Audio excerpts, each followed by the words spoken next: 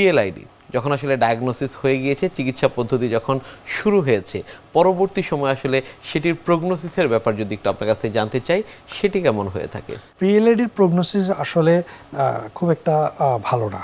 বেশিরভাগ ক্ষেত্রে দেখা যায় যে পিএলআইডি রোগীরা শল্য চিকিৎসায় যেতে চায় না, সার্জারিতে যেতে চায় না, যাদের সার্জারি ইন্ডিকেটেড। আমাকে বুঝতে হবে যে কখন আমি সার্জারি করব।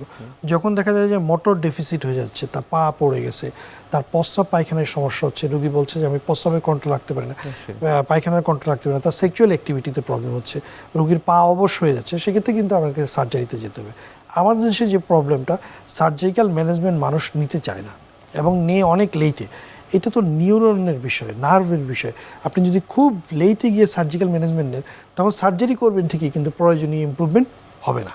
তখন রোগীর মনটা খারাপ হয়ে যায় যে এত কষ্ট করে সার্জারি করলাম, কিন্তু আমার তো সেই সমস্যা সেই রকমই রয়ে গিয়েছে।